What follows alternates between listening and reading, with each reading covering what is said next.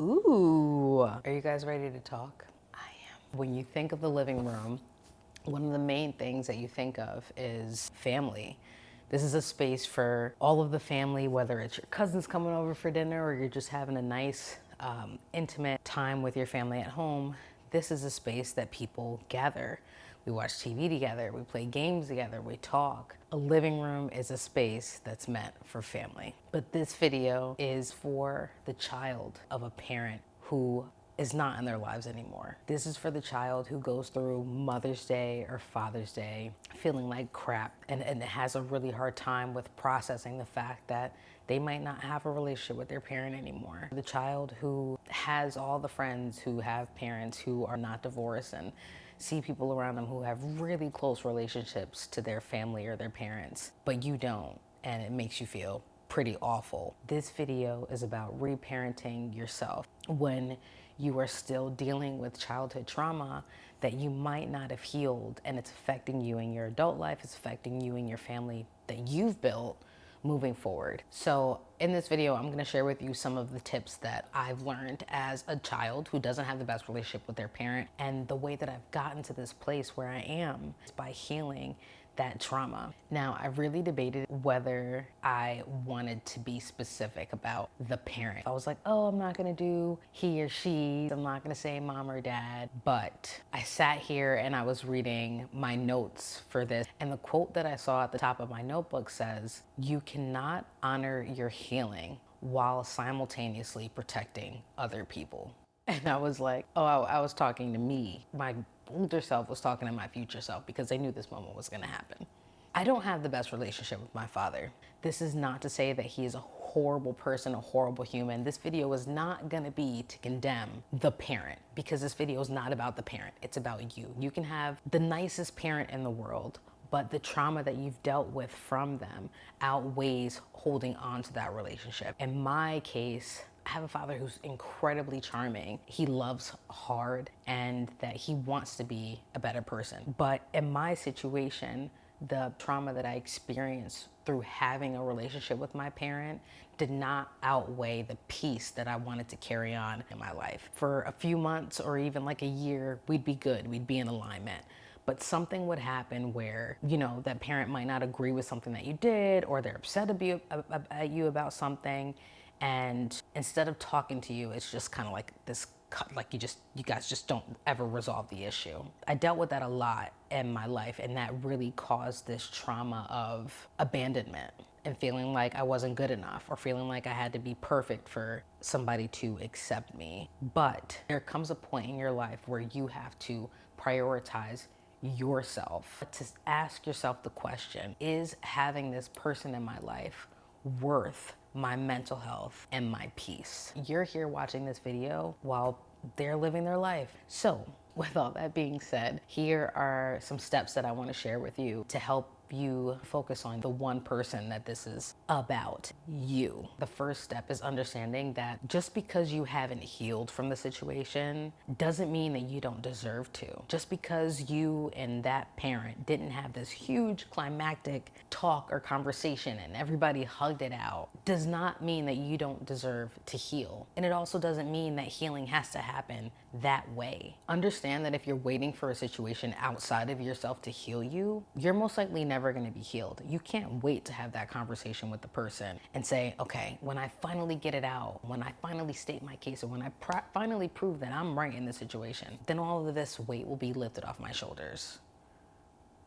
No, I learned that. I thought that some big ending was gonna happen. We're finally gonna run into each other and we're gonna talk it out. And it doesn't always happen that way. And sometimes it's not meant to happen that way. You have to make peace with your thoughts and how you feel about the situation. I'm gonna say it until I'm blue in the face. This is not about them. This is about you. Let me tell you, at the end of the day, as much as we want to change somebody or wish that our parent was different, does not mean that they're gonna change. People heal, right? And you're here watching this video because you're making the decision to heal. Some people don't want to heal, or maybe they want to heal and they just don't know how. They're not willing to face themselves. You might be the bigger person, and that's okay. But take all that energy that you're giving them or giving the situation and put that back into yourself. You can't heal by being in the same mindset that you were in when the situation happened in the first place. So find a way to get out what you're feeling, write out the story of what happened in your head on a piece of paper,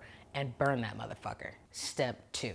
Another thing that happens when you get it out of your system, you step outside of the situation and you're able to look at yourself to actually see what needs healing. What triggers me about the situation? Triggered is when something emotionally affects you. You feel it in your body, something's off, whether that's anger, sadness, regret, guilt, something about the situation triggers you. So when you think of these core memories that you have with your parent, don't sit there and just say, oh, it's because my parent did it. But what about it are you missing? What's missing from your life that you wish had come from a different situation, and why? Hurt people hurt people. There is a reason, whether it's justified or not. I know people have gone through different situations with their parents and on different levels, but they might not have healed from their trauma. And I know in my case, my father has not, because it's not light. He's gone through so much as a child, but the things that he's gone through would destroy anybody. And I'm not saying that just because what people went through doesn't mean that they deserve to treat you a certain way. That doesn't mean that at all. They shouldn't, and it's their responsibility to want to fix it. It just means that you can empathize or understand why they are a certain way. Like, damn, he didn't have X, Y, and Z. That might be why he doesn't know how to do this. Doesn't mean it's right. It doesn't mean that you're not loved. It just means that somebody hasn't healed from their trauma. When you can empathize with other people, you can start to empathize with yourself and love on yourself more as a person and as a human who deserves to be loved. Stop spending your time trying to change somebody or trying to prove yourself to somebody. People are who they are. If your parents are 50, 60, 70, that's a lot of programming that has happened. They're not gonna magically wake up one day and be like, oh my God, I was so wrong about. It's not happening. They could be having a midlife crisis, but for a lot of people, we're never gonna get that. And that's okay. God said, honor your parents. I used to struggle with that. You just honor them by not speaking badly of them, praying for them. Even though I don't have a relationship with my dad, I love him very much. When I say my prayers, when I'm talking to God, protect him, love him. I hope he's happy because I still honor my parent. You can honor your parent, but not talk to them on the phone every day. Holding a spot in your heart and wishing them well in their lives and still loving them. That's how I honor my parent. It doesn't have to be this bitterness that you hold on to. Because I think a lot of times people feel like when they just forgive, that means that they forget. You don't have to forget what happens, but you can move on with your life. Their forgiveness is not for them. It's for you. Once you can accept who a person is and release that guilt of not having a parent-child relationship, then you can avert your attention to yourself. And I mentioned it before about the people who might be dealing with that guilt because people around them have relationships with their family. And I really want to note this. If you have a spouse that might have a relationship with their family, and you might even be close to your in-laws, and this is for the spouse, this is not for the child of the parent, this is for the spouse. It doesn't replace our parents. It doesn't replace that want that we have, that yearning that we have. But Father's Day still sucks. Mother's Day still sucks. We still have those moments where it's so great to be around your family, but it's not, there's no words for it. People who judge children that don't have the best relationship with their parents, like, oh, well, you know, that's your dad anyway, that's your mom anyway, so you should just call them. No. Oh, I don't know who needs to hear this, but you do not have to do that. It doesn't mean that you don't have strong family values, and it doesn't mean you're a bad person. Stop putting yourself in pain for other people, no matter who it is. The only one that you should be putting yourself in pain for, depending on what you believe in, and I'm gonna speak for myself, is Jesus Christ. That is it. You are not obligated to be in pain for anybody else. There's also this guilt of, God forbid something happens to that parent. What am I gonna do? How am I gonna feel? You're gonna have regrets either way. I'm telling you this right now. Just because you don't talk to a person on a day-to-day basis does not mean you do not love them and want the best for them. Understand that although we love each other, we're not compatible. That's okay. I know what's in my heart and I know what I'm willing to do. And that's what's important, knowing what's in your heart. Do not feel guilty for protecting your peace. The third step. Find a therapist. Find somebody to talk to. Whatever you need to do to get that storyline that you're replaying in your head about all the things that went wrong. The only way to get that out of your mind is to get it out of your mind by speaking about it to somebody, because we're not meant to not talk about these things, to not get it out. It's a long, lengthy process, but I'm telling you, it's worth it. And a lot of times we can't get a bird's eye view of a situation until we talk to somebody. Because a lot of times when we go through these moments, we feel like there's something wrong with us. Talking to a therapist has absolutely changed my life. It's given me a new perspective on things. It's made me heal in ways that I didn't think that I can heal. But you have to do the work for you. You have lived in that mind of yours for so long. It is time to get out of it and time to give yourself a different perspective and view of yourself. It doesn't matter how far removed you are from the situation. What you went through as a child is a mirror of how you feel about yourself a lot of times. The fourth and final step, and that's reparenting yourself. Instead of blaming them or constantly looking back at the situation, you take control of it and you parent yourself. You're kind to yourself. You support yourself. You love yourself. It's gonna suck to revisit old memories that have hurt you, but you need to understand what is hurting and what needs healing in order for you to heal it. You have to go there.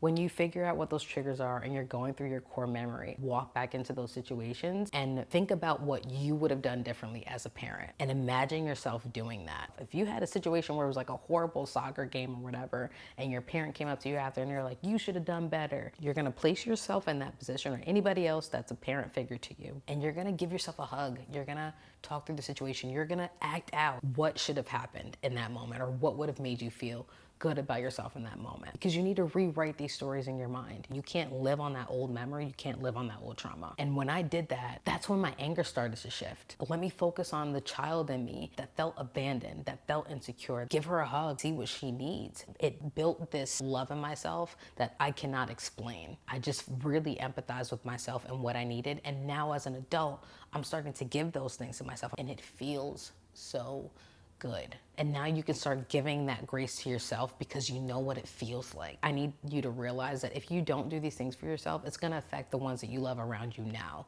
Because how can you love somebody else or give somebody else grace if you don't even know how to give it to yourself? We're gonna continue to suffer, and we're gonna make the people around us suffer, whether we mean to or not. It's not easy. This has taken me years, and I'm still going through this. Even though we might feel better and things might be better on the outside, we still carry that scar with us no matter what. Focus on what you have. And this is why it's so important when people talk about gratitude and figuring out what you're grateful for in your life right now. It's not just this woo-woo thing. It's to get your body in the energy of feeling like what you're thinking about. When you think about something, you feel it. If you're in those thoughts create feelings, thoughts create emotions. So feel gratitude. And I'm telling you, your energy is going to shift and you're going to start focusing on the things that are around you. What you have the opportunity to have right now versus what you didn't have.